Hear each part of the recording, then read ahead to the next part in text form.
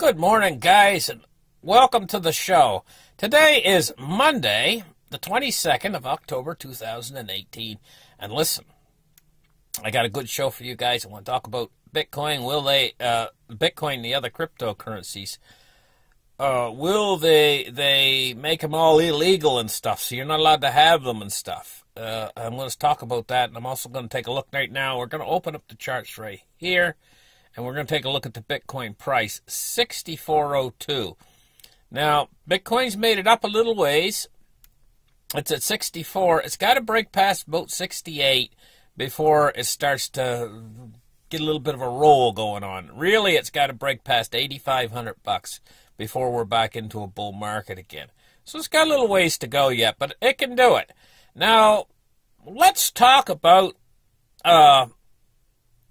the China here, and they're trying to stamp out Bitcoin anonymity. This is the direction the governments are going to move in. They're not going to make cryptocurrencies illegal. What they're going to do is they're going to move in this direction. They're going to move in this direction to get rid of the anonymity. And what they're going to say is they're going to say the reason for doing so is because the cryptocurrencies are used in money laundering operations, and they're used for drugs, and they're used for, and they'll go on and on. They're used for criminal activity. And all this stuff is true. Even pornography, you know, and they'll use this as an excuse to get the people to agree to regulations that will stamp out Bitcoin anonymity. And how they're going to do this is they're going to take the entire blockchain, like, for instance, when America does this, and I'm expecting them to do this in the future. They're going to take the entire blockchain that's been recorded from when Bitcoin started in 2009 up until the day that they decide to do this. And what they'll do is they'll put that blockchain on a computer that's a government record computer. And then what they'll do is, from that point forward, they'll require all users of Bitcoin to use a government-regulated wallet that's approved by the government. Let's just put it that way. A wallet that's approved by the government. And those wallets are going to be different than the wallets you have now. The wallets you have now, you're able to pick any number of Bitcoin addresses. You just hit address. You could do that all day long. You address. You have a different address every time you send money. With the new wallets, the big difference is going to be is there will be one address. That'll be your Bitcoin address. And the government will, when you sign up for the wallet, and all of the Bitcoin wallets are going to be registered. When you sign up for the wallet, you're going to have to give them your name, address, your social, here in Canada, social insurance number, in America, social security number, and the details about yourself as part of the sign up for the wallet.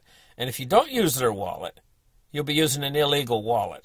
And they're going to crack down on all the illegal wallets. They will stop them. This is what they'll do. So the wallets we see now are all eventually going to be illegal wallets. And you're going to have to use a government-regulated wallet. Now, when they put this system in, it goes online. It'll go on. Every country will have their own version of these wallets. When they put this system in, they go online. At first, the entire blockchain in the past history, going back to 2009, up until when they do this, is like a tangled mess of rope. But it's all there. Every transaction is there. It's just like it's all tangled. What they're going to do is they're going to go back through slowly. They'll do this slowly. It'll take them a long time. But they'll untangle every transaction. So the Mt. Gox affair, where they stole all that money from people, they'll untangle that in the end. And these guys on there who think they're smart right now, they're out there and they think they're smart. They sent me a letter last week. It says, ha, ha, ha, we got your passwords, you know. And you've been going to these sites where they got stuff like, and stuff like this, and they tried to blackmail me. Can you imagine that? But anyway, aside from that being a joke, it did make me mad a little bit.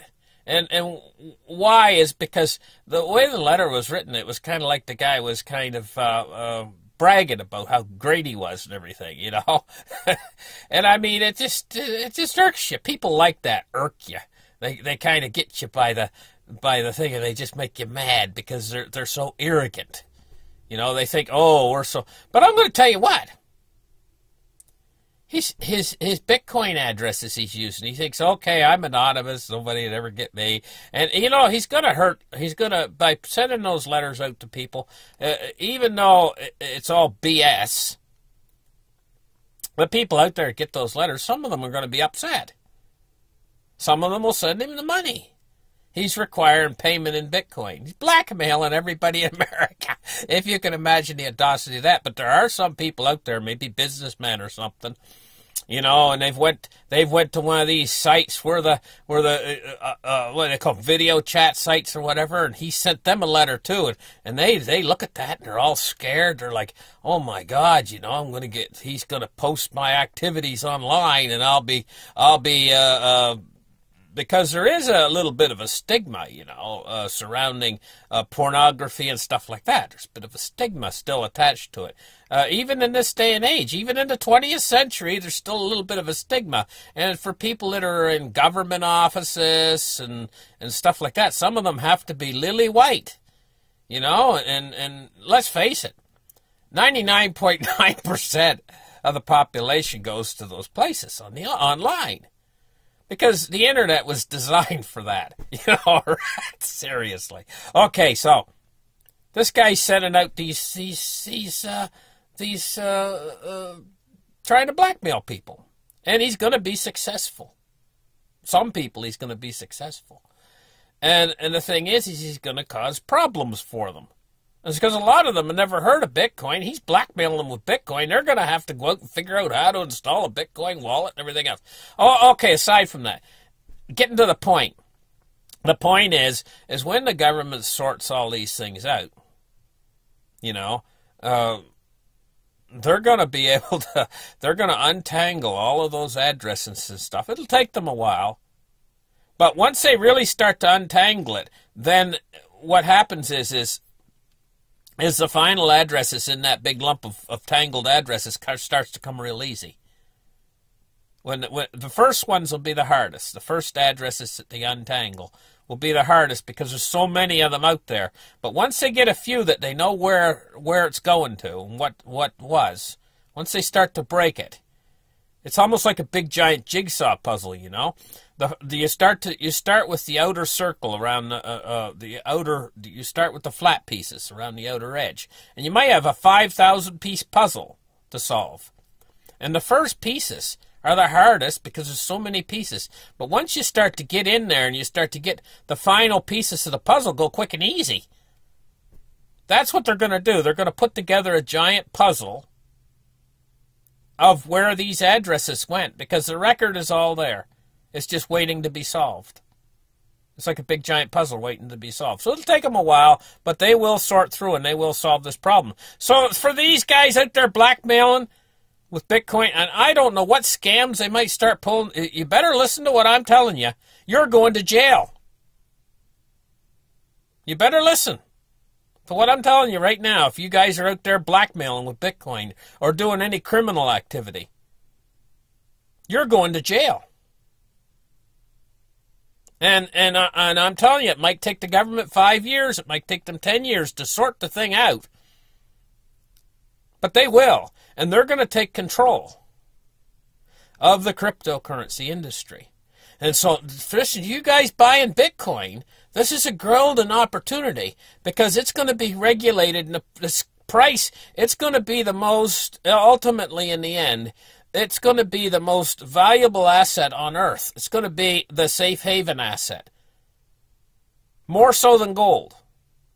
And its price is going to go so high, so astronomically high. And these are the reasons why they're going to sort all this out. to regulate it, to stop all these criminal activities and stuff.